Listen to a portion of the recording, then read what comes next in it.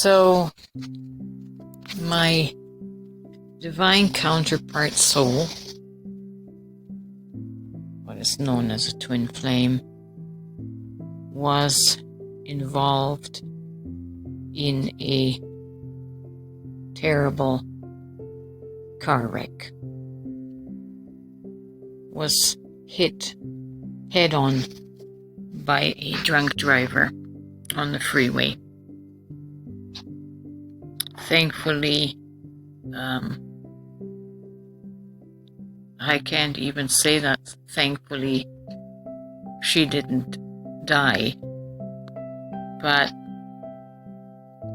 she went into unconsciousness, and I reckon that somewhere in the in-between space of unconsciousness and the afterlife, perhaps something took place that made her soul decide to come back into her very damaged and broken up body. So, can we say thankfully she's alive? I thank her soul for the decision and choice that she made. My friend is going to have a lengthy road to recovery, but every day is getting better. Every day there is improvement.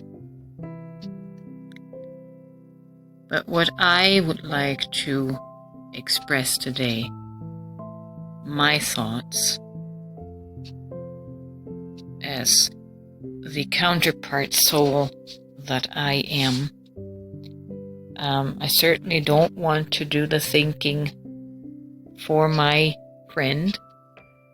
I'm sure she will have her own thought processes once she comes out of the more immediate fog of the medical emergency and all the painkillers and everything that is necessary right now to rehabilitate her body. But once her own mind can return to conscious presence, I'm sure she's going to have her own introspection, her own questions of what happened and why it happened. But my thinking of the event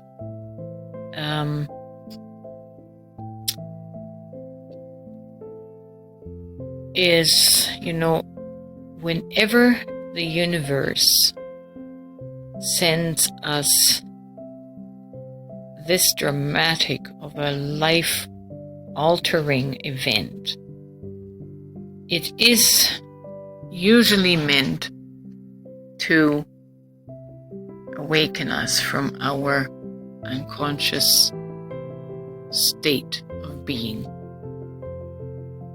I had my rough awakening when my mother passed from cancer. And the first question, of course, that came to my conscious mind was, God, where are you? Or where were you when my mother died of cancer? So that is what began my questioning journey about God. And I might imagine that, considering the circumstances of my friend's situation of getting hit by a drunk driver, I mean, what are the odds, right? What are the odds that you end up getting hit by a drunk driver on the highway? So, in considering the past of my friend, very dedicated follower of Jesus, relying on Jesus for her entire life.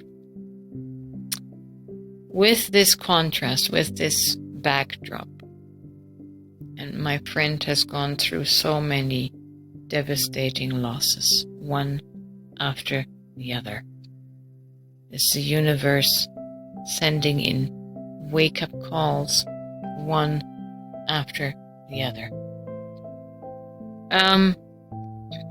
Like I said, with an event such as this one that occurred on November 30th, 2024, 2 weeks ago,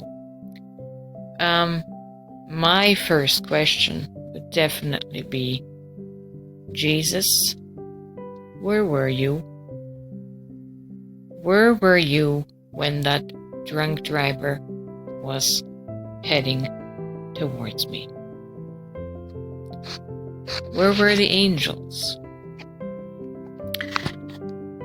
No one was there to protect me from this accident. That tells me, on a wider, greater scale, that the universe functions at a much wider and larger range than our small belief in Jesus or in God could ever encapsulate.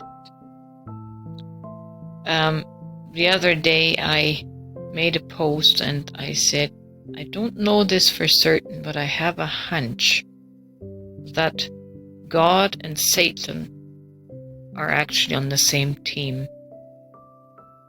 And the purpose of these adversities, these things that we're prone to call an attack by the devil, these adversities serve a greater purpose for our soul. But back to my point, to the question, Jesus, where were you on that fateful day? And I know when my mom passed, I shifted into a different mindset. I shifted into the mindset that I don't really need Jesus. I don't really need God, because when I needed him most, he was not there. And I was left to pick up the pieces by myself. My own soul had to pick me up. And so I am thinking that, like I say, at some point maybe that might become the question, the pertinent question for my friend. Do I actually still need Jesus, or am I meant to enter a relationship with my own conscious soul? Did my soul actually plan these events in my life to get me to awaken? Right?